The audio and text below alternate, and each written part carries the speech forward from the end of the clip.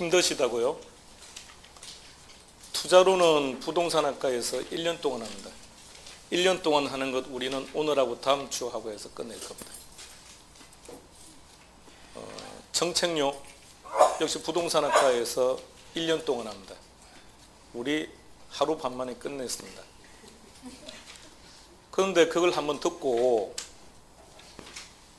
아 그렇구나 그런 뜻이구나 라는 걸 다 알았고 그리고 계속 입력되어 있고 그건 좀 독특한 사람 아니겠습니까? 그죠? 그렇지 않을까요? 그러니까요.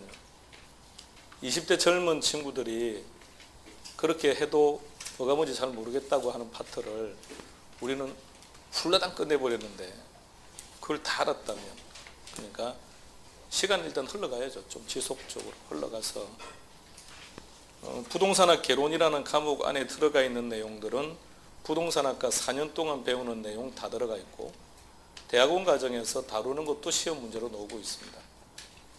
대학 과정이 4년입니까? 그러면 4년 정도는 공부해야죠. 4년 정도 공부를 하고 난 다음에 그 다음에 어렵다, 뭐 쉽다 이렇게 평가를 해야 될 거 아닙니까?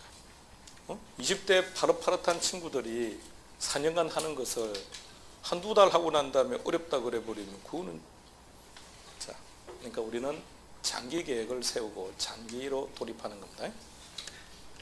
그렇게 하는 겁니다. 아니요.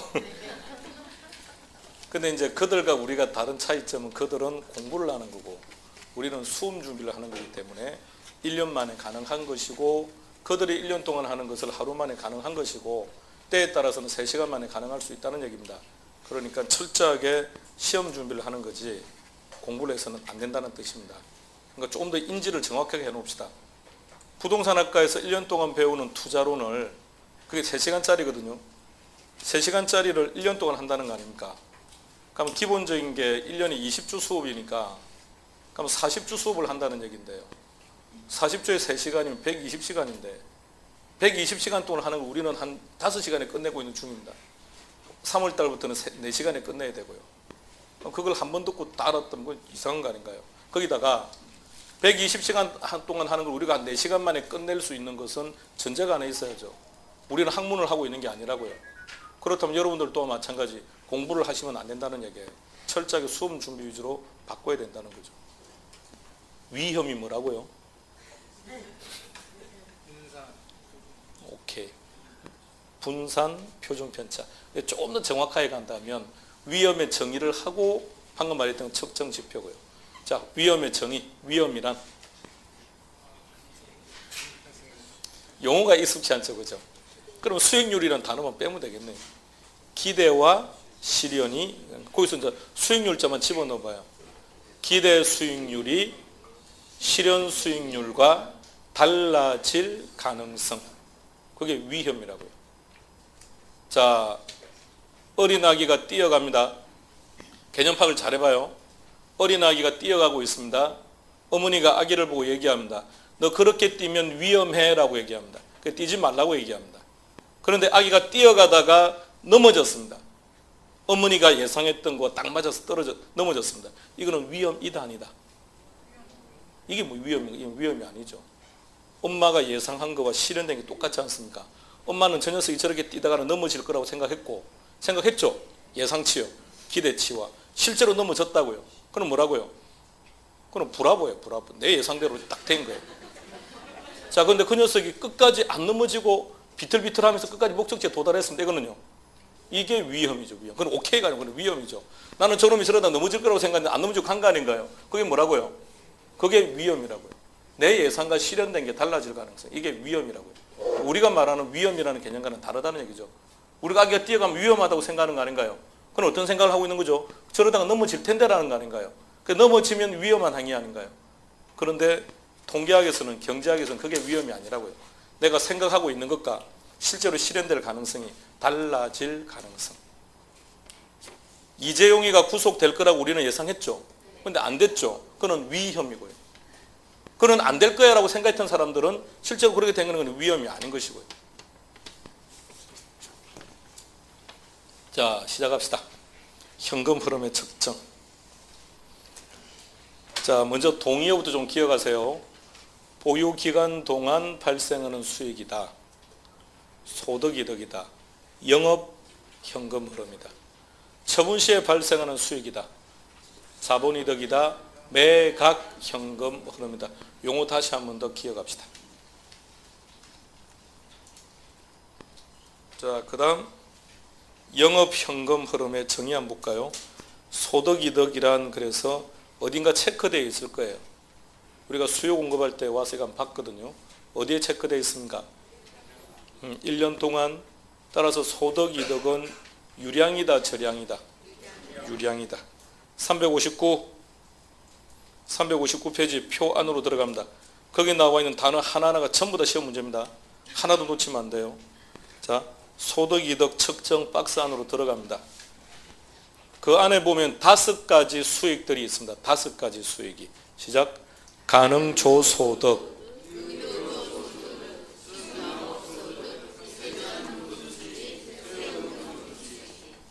기억하세요.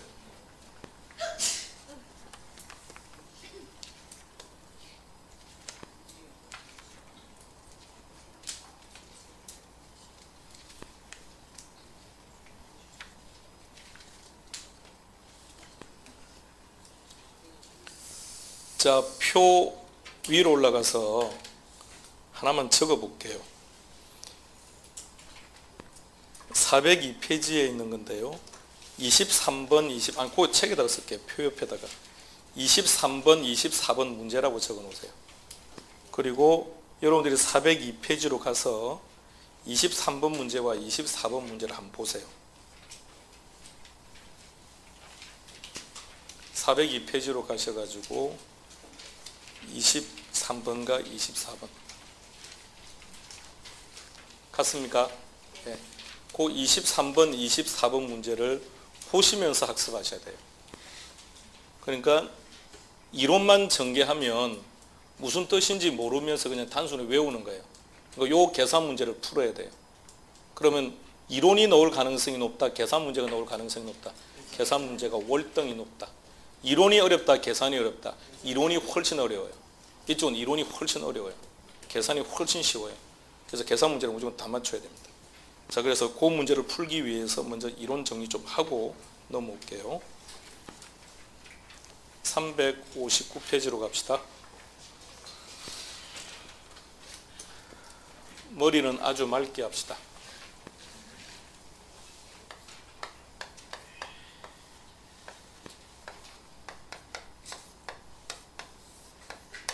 얘가 10층짜리 건물이라고요?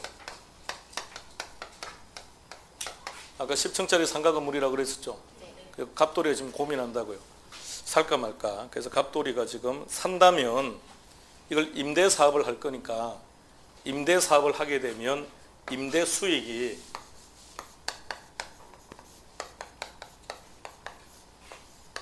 얼마나 될까? 이걸 지금 한번 구해 보려고 하는 거예요. 자, 따져봅시다.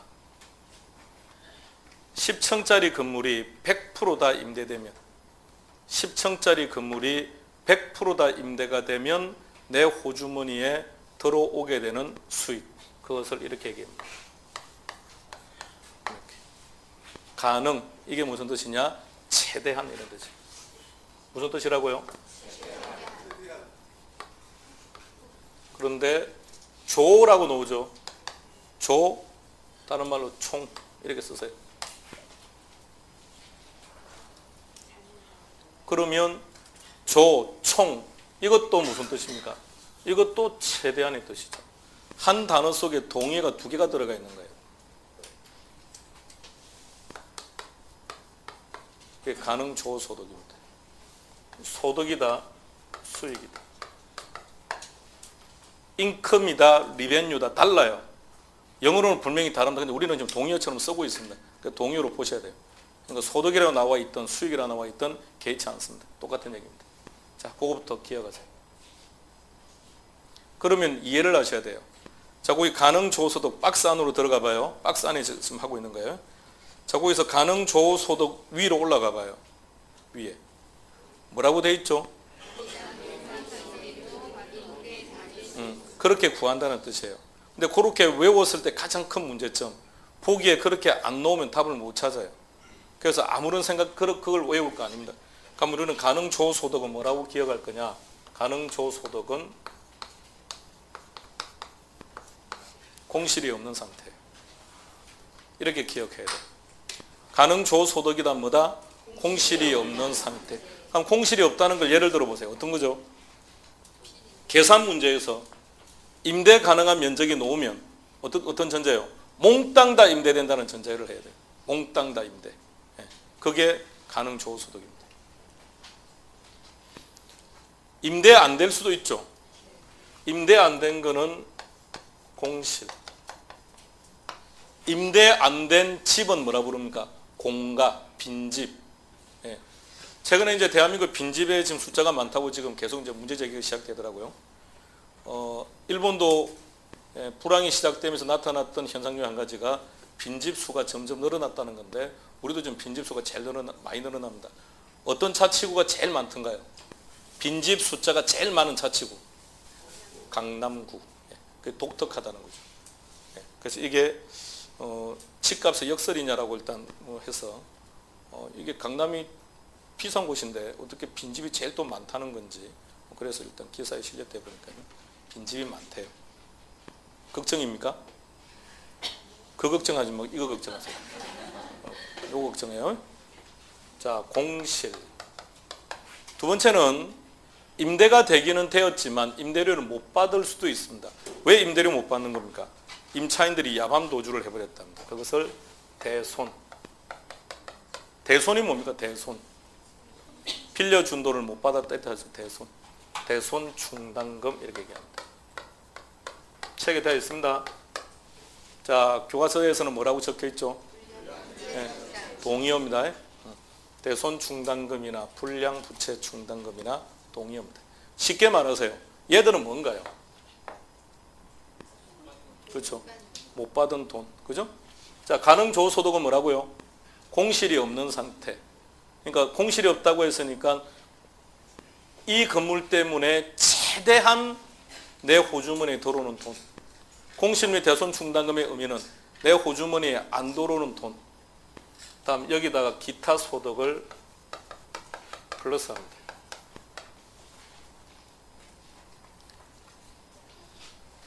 자, 우리 학원의 주된 수익은 뭐다? 수강료. 수강료는 어디에 들어가는 겁니까? 가능조소득. 근데 학원에서 주차비를 별도로 받는다고 전제합시다. 주차비, 자판기 수입, 책값을 통한 수익들 이런 것들은 기타 소득. 자, 공인중개사. 공인중개사 입장에서 가능조소득은 중개보수. 뭐라고요? 이제는 그게 용어니까 수수료라는 용어 쓰면 안 돼요. 중개보수. 그럼 중개사 입장에서 기타 소득은 법무사 덩쳐서 받는 돈, 이삿짐 센터 소개하고 그들을 덩쳐서 받는 돈들 이런 것들이 기타 소득. 중개사는 여러 사람의 등을 쳐서 발생하는 소득도 많습니다.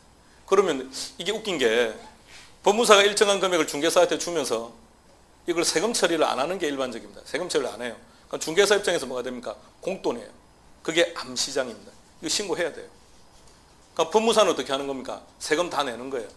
그러니까 국가 입장에서 상관없어요. 세금은 다 징수되는 거니까.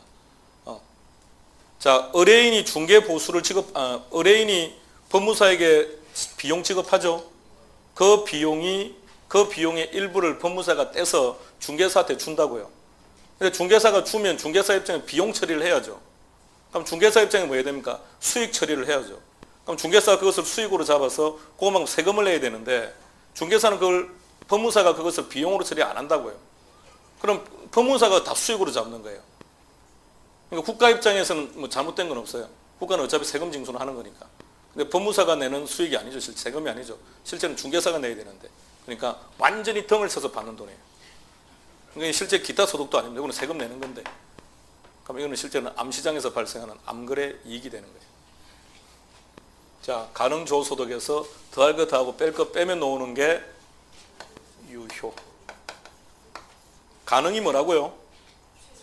최대한 유효 실제로. 실제로 내 호주머니에 들어온 총 수익. 그게 유효조소득. 네, 유효조소득을 이렇게 표현합니다. 유효조소득이란 임대사업이라고 하는 영업활동 과정에서 발생한 수익이다. 우리가 지금 하고 있는 걸 통칭해서 뭐라 부르습니까? 소득이득이라고 표현했습니까? 동의어가 뭐죠? 영업현금흐름이라고 그랬죠. 그래서 이렇게 불러요. 영업수익. 뭐라고요? 영업수익. 그럼 이 수익을 얻기 위해서 발생하는 비용. 그게 영업비용. 영업수익에서 영업비용을 차감한 거예요. 영업수익에서 영업비용을 차감했으니까 순수한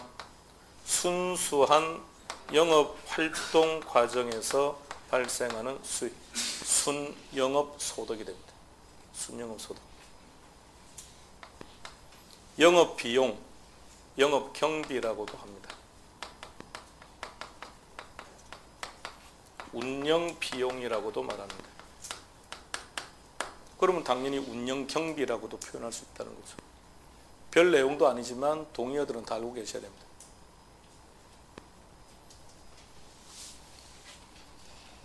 책에서 보시는 것처럼 다 영어로 되어 있죠.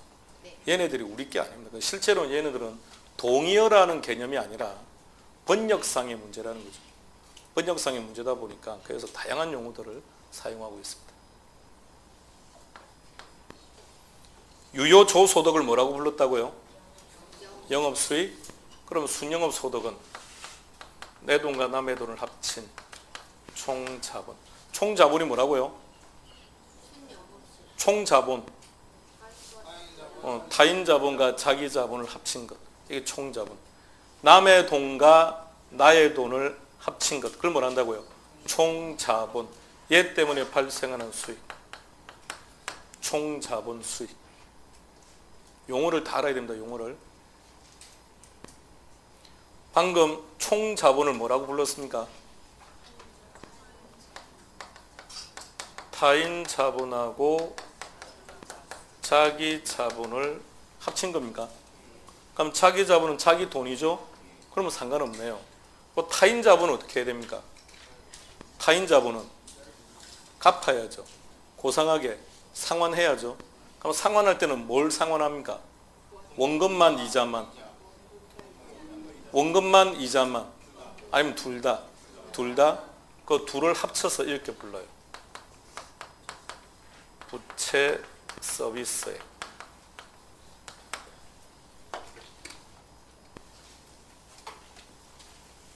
자, 다시 정리합시다. 순영업 소득은 뭐라고 표현한다고요? 총자본 수익. 총자본이 뭐라고요?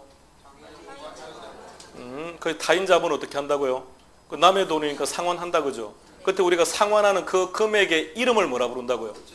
부채 서비스액 또는 저당 지불액. 원금입니까? 이자입니까? 합친 겁니까? 합쳤다. 원리금 상환액 또는 대부액. 용어 다 아셔야 됩니다.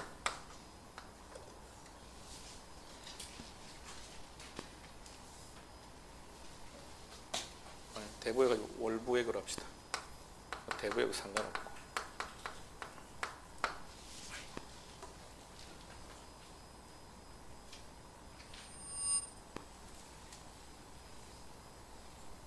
(11월) 달보다는 템포를 약간 빨리 갈게요. 자, 다시 총자본에서 얘는 뭐죠? 타인 자본 다 갚았죠? 그럼 이제 뭐가 남는 겁니까? 남아있는 거는 이제 자기 자본이겠네요. 자, 이 말 이해되시겠습니까? 예. 총자본에서 이제 타인 자본은 다 갚아줘 버렸으니까 뭐만 남은 겁니까? 자기 돈. 이게 자기 자본 수익이라고. 걔를 뭐라고 부르느냐? 세전 현금 수지 이렇게 부른다.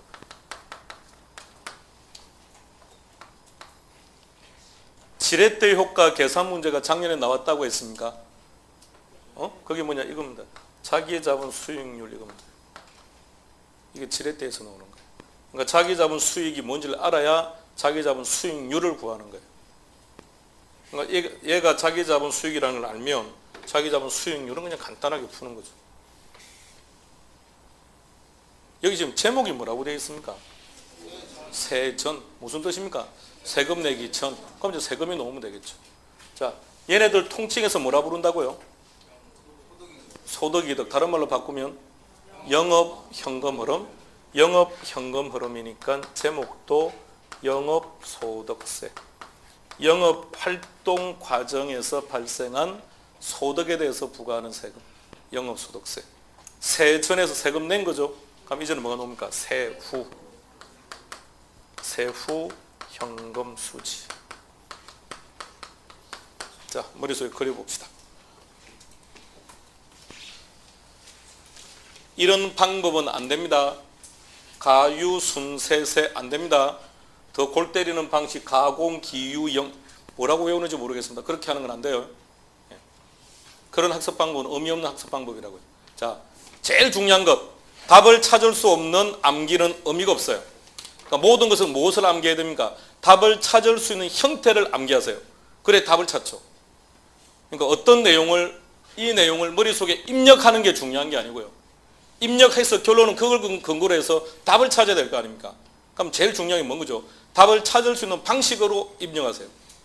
답을 찾을 수 있는 방식으로 입력을 해둬야 그걸 풀어서 답을 찾아내죠. 그러니까 상당수의 분들은 알아요. 답을 못 찾을 뿐입니다. 이유는요, 자기식으로 외워뒀기 때문에. 편할 대로. 첫자 따려면 끝자를 따요. 덕덕덕 지지. 자, 기억합시다. 자, 이게 앞에 요 쓴 것보다 뒤에 적어놓은 게 훨씬 중요한 것들이에요. 뒤에 적어놓은 것. 그러니까 뒤로 갔다가 또 앞으로 갔다가 뒤로 갔다가 이렇게 하면서 가야 돼요. 자, 시작해 봅니다.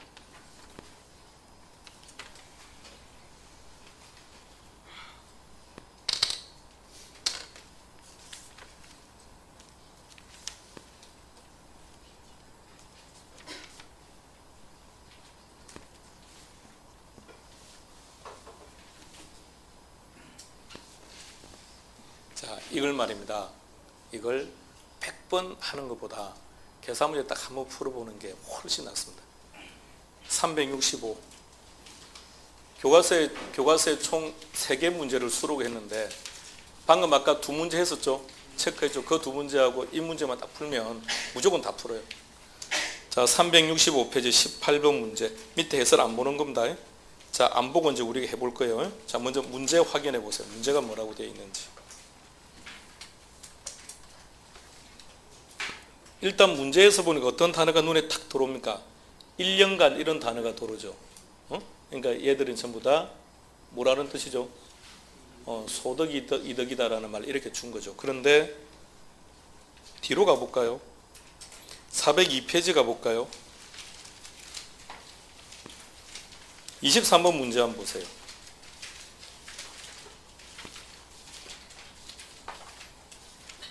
23번 문제. 거기에도 그런 말이 하나 들어가 있네, 그죠? 그럼 오른쪽 페이지 24번 문제 보세요. 여기는 뭐 1년이냐 2년이냐 이런 말은 없네요.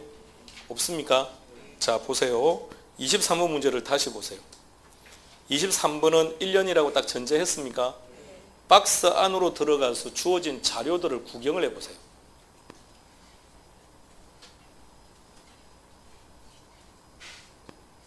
그리고 오른쪽 페이지에 가세요. 24번 문제 보세요. 거기는 문제 속에는 1년이라는 말 없죠. 자, 박스 안으로 들어가 봐요. 세 번째 뭐라고요? 오케이. 마지막 거 보세요. 이해하시겠습니까? 이런 단어를 안 주더라도 우리는 그렇다고 전제하고 문제를 풀어야 돼요. 그런데 그렇게 하면 이 신청을 받으니까 문제를 아주 깔끔하게 제시합니다. 얘네들은 통칭해서 아까 뭐라고 불렀습니까? 소득이득. 뭐라고 정했죠? 1년 동안 이런 말 했죠. 그러니까 1년이라는 전제를 담고 있는 겁니다. 365 18번 문제. 이 문제만 풀 수 있으면 지금 칠판에 있는 건 내 머릿속에 다 들어갈 겁니다.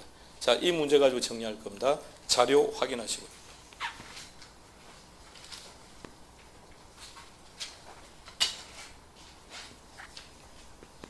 먼저 한 1분을 시간을 드릴 테니까요. 밑에 해설 신경 쓰지 마시고 최대한 한번 고민을 한번 해보시겠습니까?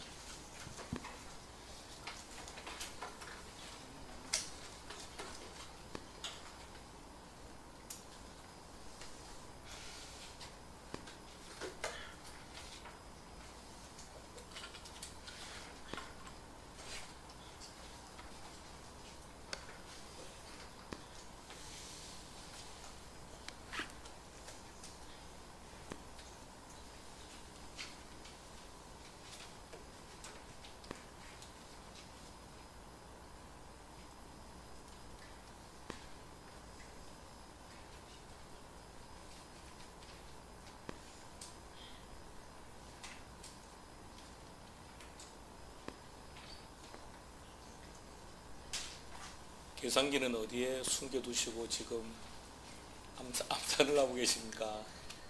계산기는 올리세요. 오늘만 계산기 없으신 분은 핸드폰 사용을 인정하겠습니다. 핸드폰 올리세요. 핸드폰 사용을 해라고 했더니 그 막간을 이용해서 카톡을 합니다. 발각되면 앞으로 초대하도록 하겠습니다. 자, 그 정도 선에서 끝내고 이제 함께 해봅시다. 옆에 계산기 딱 준비하고요. 자, 칠판으로 오세요. 문제는 딱 그런 식이에요. 그럼 얘를 구해야죠. 가능 조소득. 그럼 현재 주어진 자료는 호당 얼마라고요? 600. 임대 가능 호수는요? 그럼 가능은 어떻게 구하면 됩니까? 600 곱하기 40이죠. 그걸 공식화 시키면 호당 임대료 곱하기 가능 호수네요. 그죠? 그걸 외우면 다른 문제를 못 푼다는 얘기입니다. 자, 왜냐하면 반드시 그렇게 놓는다는 보장을 못하니까. 403페이지 갑니다. 403페이지 24번 문제 찾으세요. 거기서 가능 조소도 구해보세요.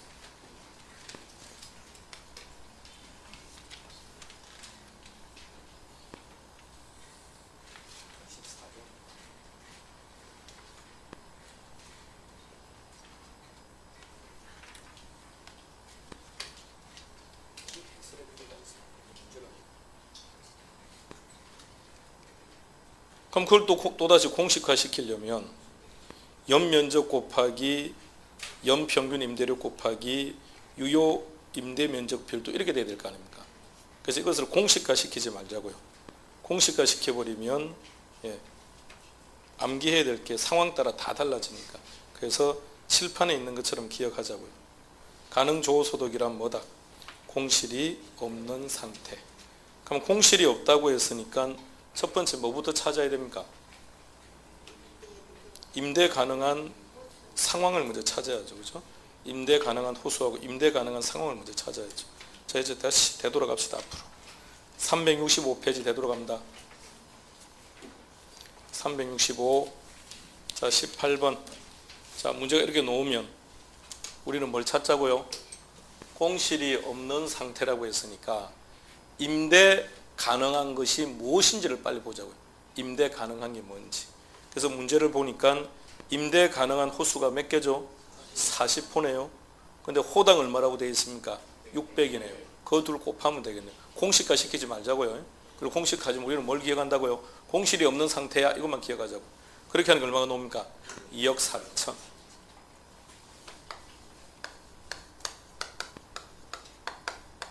자, 그 다음 칠판으로 오세요. 여기서 뭘 체감한다고요? 공실 및 대손 충당금 더하기 기타 소득. 다시 제목 시작. 근데 자료 한번 볼까요? 자료 보시면 공실 및 대손 충당금이 12만 5천 원입니다. 이렇게 줄 수도 있습니다. 근데 계산 문제는 대체로 그렇게 안 줘요. 거기 나와 있는 것처럼 공실률이 10%입니다. 이렇게 나와요. 자, 그러면 봅시다.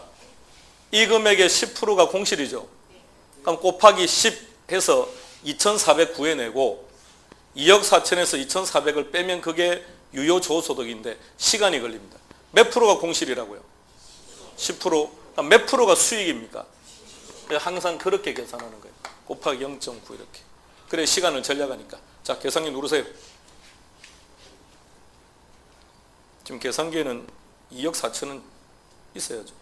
곱하기 0.9 하세요. 얼마 나오는지. 얼마 나왔습니까? 2억 1600 나왔습니까? 예. 자, 그러면 이제 그게 2억 1600 이게 유효조소득입니다. 여기서 뭘 차감할 거라고요? 자, 동의어 갑니다. 시작. 영업비용, 영업경비, 운영비용, 운영경비. 다시 갑니다. 시작. 자, 찾아봅시다. 자료에서. 여기서 운영비용이 나오네요. 얼마라고요? 1600. 그럼 여기서 1600을 차감해야 되겠네. 차감하면 얼마가 나옵니까? 2억. 그게 뭐라고요? 순영업 소득이래. 그럼 순영업 소득은 2억 나왔습니다. 여기서 뭘 차감하자고요? 자, 갑니다. 자, 갑니다. 시작. 부채 서비스액, 저당 지불액, 원리금 상환액, 월부금. 그러니까 부채 서비스액 속에는 원금이 있다, 이자가 있다. 둘 다 있다. 그걸 기억해야 돼요. 원금하고 이자하고 합친 원리금이 되는 거예요. 그럼 자료 찾아볼까요? 원리금이 나오네요. 얼마라고 되어 있습니까? 9천. 그럼 2억에서 9천을 차감했으니까 세전은 얼마가 됩니까? 1억 1천. 자, 일단 여기까지요. 24번 문제 아까 되돌아가 보세요. 24번 됐고, 이번에는 402페이지 23번을 봅시다. 23번. 23번 문제에서 얘를 찾아보시겠습니까? 그걸 찾아보세요. 얼마인지.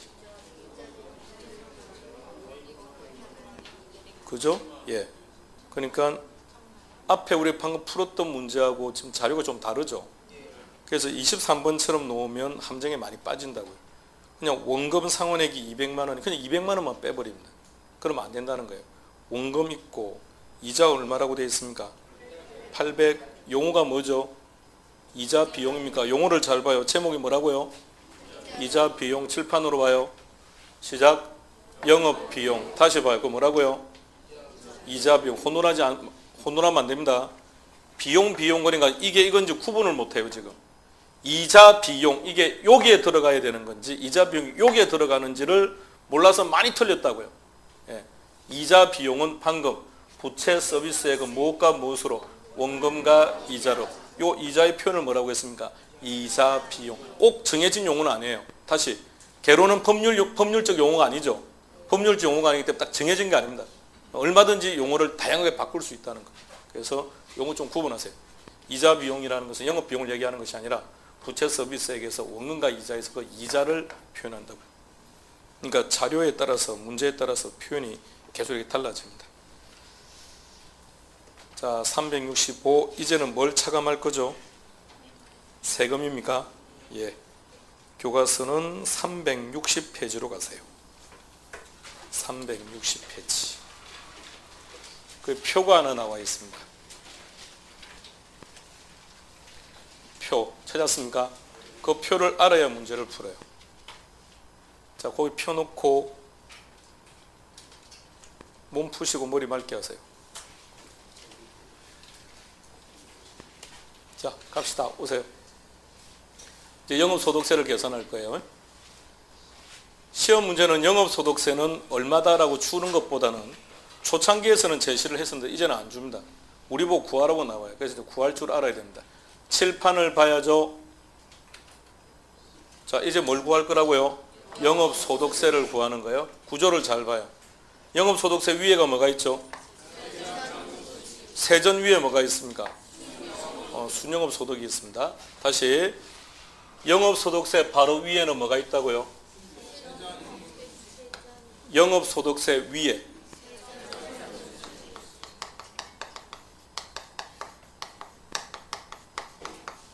세전현금 수지에서 더할 게 있으면 더하고 뺄 게 있으면 뺍니다. 이렇게 가감 조정을 하고 나면 나오는 게 과세소득이라고 합니다. 용어 뭐라고요? 용어 아셔야 됩니다. 과세소득. 이 단어를 기억해야 돼요. 이 과세소득에서 세율을 곱하면 나오는 게 이게 영업소득세가 됩니다. 자, 이 틀을 머릿속에 다시 그리세요. 기억하셔야 됩니다. 알아야 됩니다. 계산 문제이든 이론 문제이든. 우리가 지금 구하려고 하는 것은 뭐죠? 지금 우리가 지금 뭘 하는지도. 우리가 지금 뭘 하려고 하는 겁니까? 영업소득세. 영업소득세. 영업소득세 위에 있는 수익이 뭐라고요? 그러니까 세전에서 출발해서 가감 조정을 하면 뭐가 나온다고요? 이게 세법상 말하는 과표입니다. 과세표준. 여기에 세율을 곱하면 영업소득세가 나오는 겁니다. 그런데 세전현금 수지 위에 어떤 수익이 방금 있었습니까? 거기에서 출발해서 구할 수도 있습니다. 순영업 소득에서 시작해서 가감 조정을 합니다. 가감 조정을 하면 뭐가 나온다고요? 과세 소득이 나옵니다. 이 과세 소득에 세율을 곱하면 영업 소득세가 됩니다. 역시 이 틀을 머릿속에 그리세요.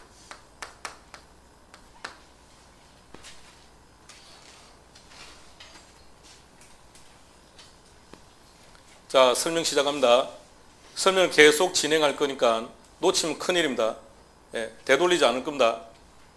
지금 보시라 이런 말 안 하고 지금 진행할 겁니다. 그러니까 잘 보세요. 이해하시고 일단 이해를 해야 돼요. 어떤 구조인지. 순영업 소득과 세전현금 수지의 차이는 뭐죠? 부채 서비스액이죠. 부채 서비스액에는 무엇과 무엇으로 구성되어 있다?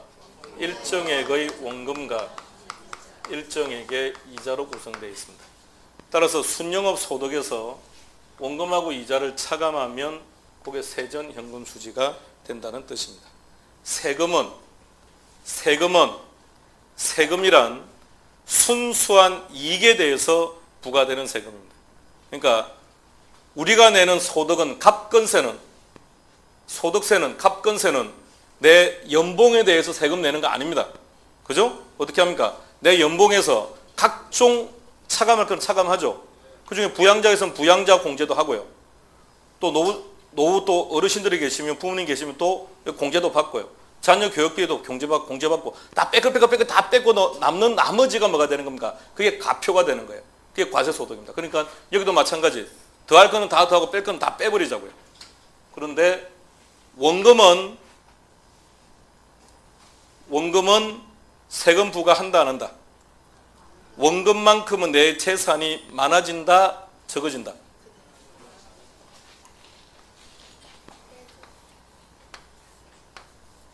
예, 얼마짜리 집이죠? 11월 12월 달에 하신 분이 얼마짜리라고요? 진짜 기억 안 할 겁니까? 10억짜리를 1억이라고요? 1억에 한번 사고 볼랍니까? 자, 10억짜리 건물인데 은행에서 대출 얼마를 받았습니까?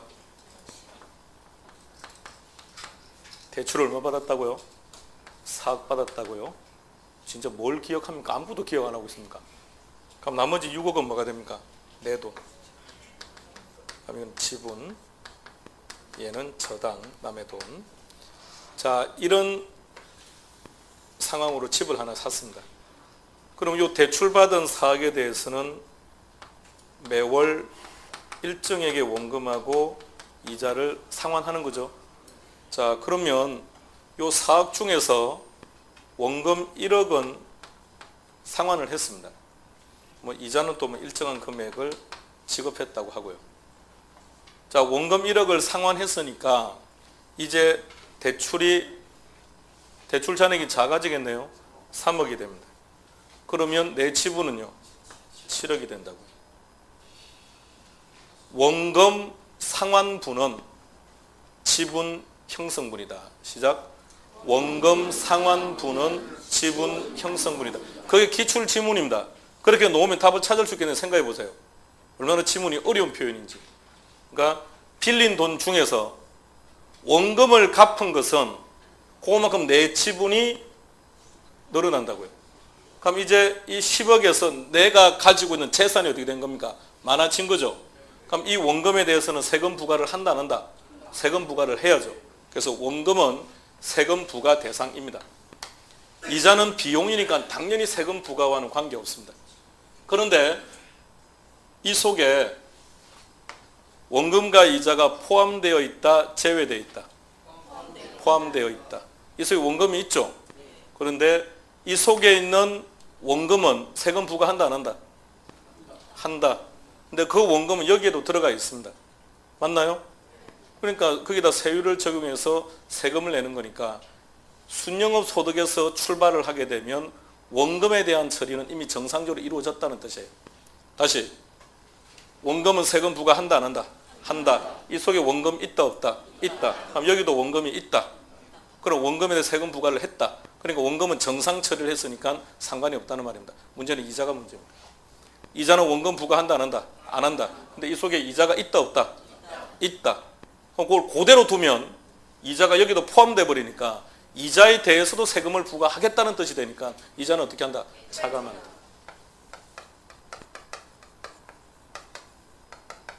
이자 지급액 앞서 표현한 대로 따지면 이자 비용을 뺀다. 자, 그 다음 세전으로 오세요. 세전. 이 속에는 원금과의 이자가 있다 없다? 없다. 이자는 세금 부과 안 하죠. 이 속에 이자 없죠. 그럼 이자는 이 속에도 없어요. 그럼 이자에 대해서는 세금 부과를 안 한다는 얘기입니다. 그럼 여기서는 이자에 대해서는 이미 정상적으로 처리가 되어 있다는 뜻이죠. 문제는 원금이 문제예요. 얘 세금 부과해야죠. 근데 이 속에 원금이 없습니다. 그대로 두면 이 속에도 원금이 없어요.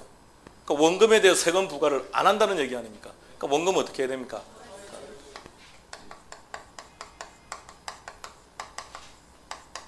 이 두 가지가 제일 중요합니다.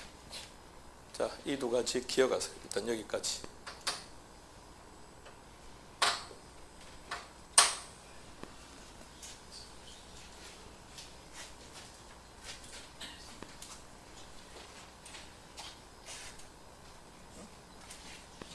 찍어도 되냐고요? 마음대로. 수업 시간에 찍는 거는 그냥 자유롭게 하자고요. 단 제가 찍히는 건 안 되는데 상관없다고 했으니까.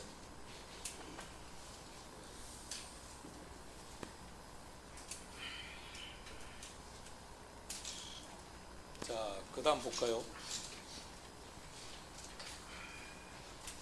근데 이걸 이렇게 설명하면 다들 맞다고 고개를 끄덕끄덕 하는데 강의실당 나가는 순간 아무것도 머릿속에 안 남아 있습니다. 그게 제일 큰 문제예요. 자, 그래서 이렇게 기억하자 그랬습니다. 오세요. 가수 이름을 잊어버렸네. 무슨 귀신 씨나라 까면 소리하고 있나. 자, 다시 갑니다. 자, 이제 그 기자들 불러놓고 바지 벗으려고 했던 가수가 누구였습니까? 아유, 죄송해요. 나훈아 아저씨를 생각해 보세요. 그 아저씨는 항상 순이를 불렀습니다. 기억해요? 만인의 연인이니까. 그리고 말썽이 많기는 했으나 한때는 인기가 탑이었던 서세원 아저씨로 생각하고. 기억해요? 자, 그래서 뭐가 중요하냐면 이자 지급액을 어디에서 차감하는지를 몰라서 틀릴 뿐입니다. 원금을 어디에서 더하는지를 몰라서 틀릴 뿐입니다. 자, 이 두 가지가 제일 중요합니다. 이론으로 나왔다 그러면 이 둘이가 답입니다. 자, 마무리합니다. 이자는 수익, 비용은 세금 부과 대상이 아닌 거죠. 비용은 차감 항목이죠. 맞나요? 자, 우리 연봉에서 내가 1년 동안 지출했던 재반 비용을 빼는 거 아닙니까? 그러니까 비용은 마이너스 항목. 반면에 원금은 갚았죠. 원금을 갚았다는 얘기는 내 재산이 그만큼 많아졌다는 뜻이니까 얘는 세금 부과해야죠. 더하는 거예요. 그거부터 개념 잡아요. 이자는 마이너스 항목이고 원금은 플러스 항목이라는 거예요. 그건 이해되었습니까? 그 다음에 이자는 어디에서? 순이니까 순영업 소득에서 이자를 차감하고, 세원이니까 세전에서 원금을 더하고. 기억하세요.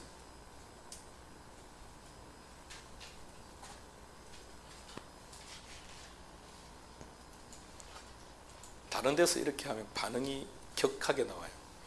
강남은 제기랄 반응이 없어요. 이해를 못했다는 뜻인가요? 그래서 반응이 없는 겁니까? 원래 강남은 이런 분위기인 줄 아십니까? 아니에요. 강남은 이런 분위기가 아닌데 놀 때는 미친 듯이 노는데. 자, 그 다음 공통적으로 더하는 항목이 있습니다.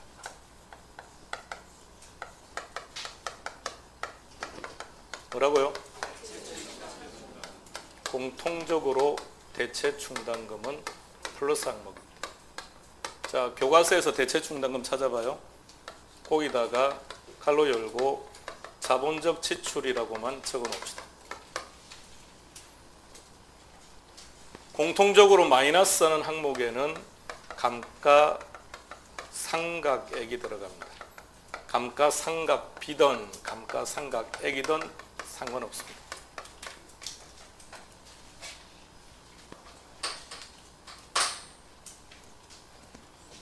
자, 이제 이 내용 가지고 이제 문제를 풀 거예요. 365페이지 가시고요. 365페이지 영업소득세 9에 이제 답 도출하니까 영업소득세 계산합니다. 자, 항상 계산 문제일 때는 말입니다. 여기서 계산합시다. 순에서 하지 말고 세전에서. 왜냐하면 어차피 대부분은요, 이 세전까지 계산을 합니다. 그럼 세전까지 계산을 했는데 구태에 또 순영업소득으로 올라갈 필요는 없지 않나요? 1억 천에 사는 게 편할 테니까 1억 천 가지고 계산 시작하세요.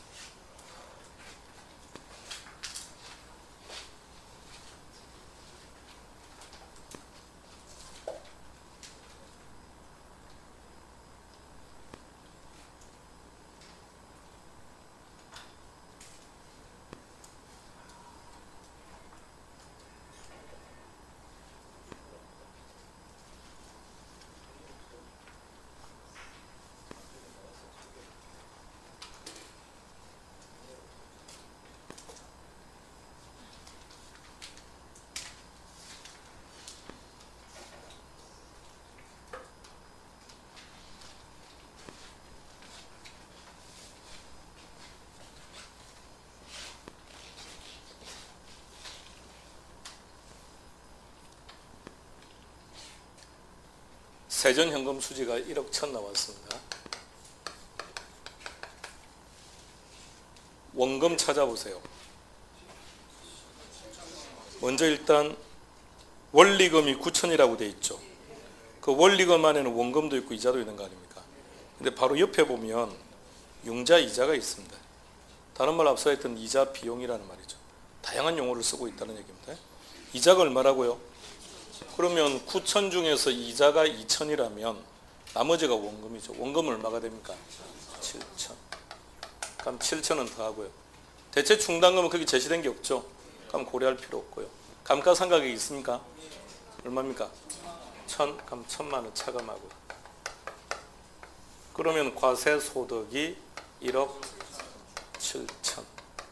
세율은 몇 프로입니까? 30%. 0.3. 눌러보세요. 얼마 나오는지. 5,100만 원. 그러면 영업소득세가 5,100. 그러면 세후 현금 수지가 5,900.